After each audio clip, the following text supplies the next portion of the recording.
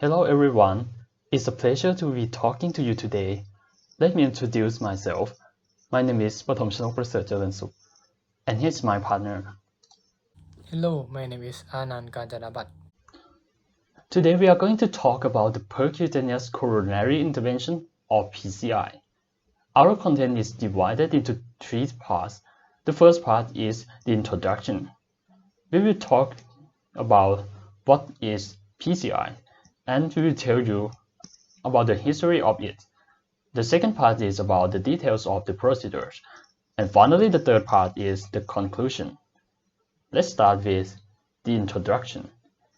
Coronary artery disease is one of the leading causes of death, and percutaneous coronary intervention or PCI, also known as coronary angioplasty, is a non-surgical invasive procedure with the goal to relieve the narrowing or occlusion of the coronary artery by plaque buildup, a condition known as atherosclerosis that leads to the coronary artery disease and improve blood supply to the heart tissue.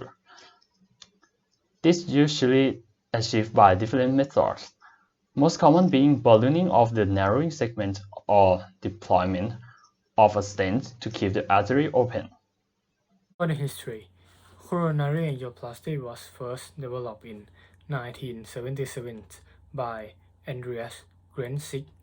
The first procedure took place at Zurich, Switzerland. Adoption of the procedure accelerated subsequent to Grenzik's move to Emory University in the United States. His first fellow at Emory was Muriel Nassan, who, by 1981, had already introduced coronary angioplasty to Calgary, Alberta, Canada.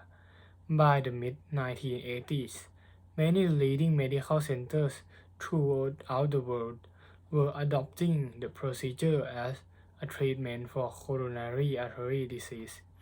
Angioplasty is sometimes referred to doctoring, after interventional radiologist Dr. Charles Theodore Doctor, who together with Dr. Melvin P. Judkins first described angioplasty in 1964 as the range of procedures performed open coronary artery lumen has widened. The name of the procedure has changed to percutaneous coronary intervention. So why is the PCI done? PCI is used primarily to open blocked coronary artery and restore arterial blood flow to the heart tissue without requiring open heart surgery. In patients with arrested or blocked coronary artery, PCI may be the best option to re-establish blood flow as well as prevent angina or chest pain, prevent myocardial infarction or heart attacks, and prevent death. Today, PCI usually includes the insertion of stents such as bare metal stents, drug-eluting stents, and fully dissolvable vascular scaffolds or naturally dissolved stents. The use of stents has been shown to be important during the first 3 months after PCI. After that, the artery can remain open on its own.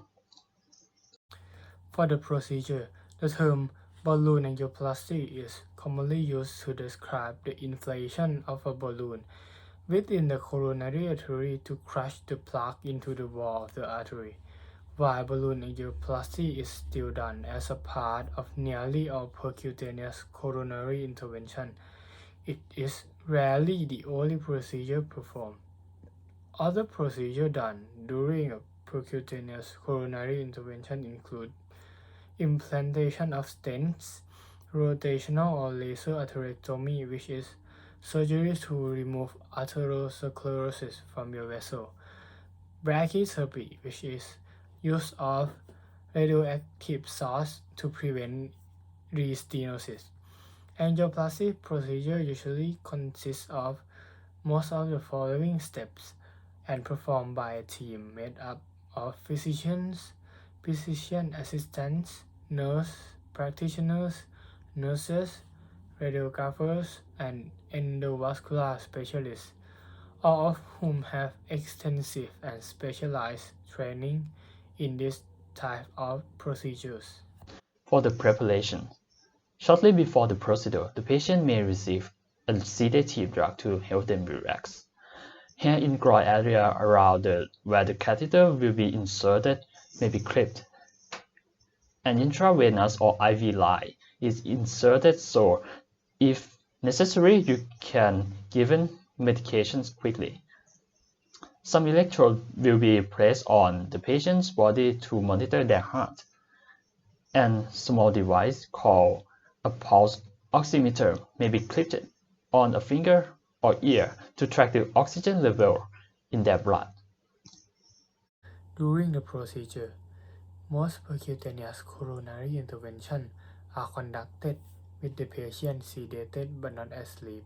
The patient will lie on their back on a procedure table.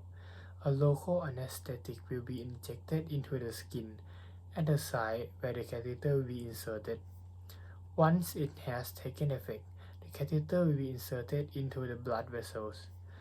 The patient may feel brief sting as the needle goes through the skin and some pressure within the artery as the catheter is moved.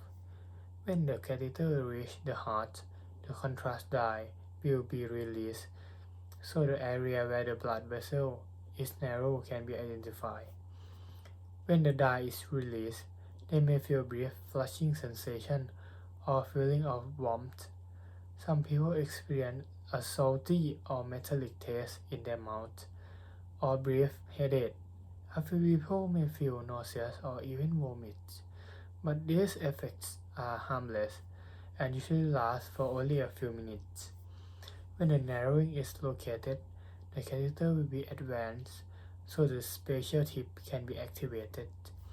It is possible to experience some chest pain or discomfort at this point.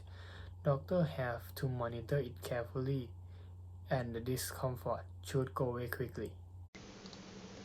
When finished, the catheter will be withdrawn and pressure put on the insertion site to stop bleeding. Once the bleeding has stopped, a tight bandage will be applied. The patient needs to remain lying flat during this time. If the catheter was inserted in the groin, they will have to keep their legs straight for several hours. Or if it was inserted in the arm, that arm will be kept elevated on a pillow and kept straight with an arm wall. And the last but not least, conclusion. Percutaneous coronary intervention, or PCI, is usually a safe and effective way to improve quality of life in patients with coronary artery disease, which cause pain, shortness of breath, and heart attack. PCI is a very useful innovation that can relieve that pain and may help the patient to live longer. And that's all for our presentations. Thank you very much for your attention.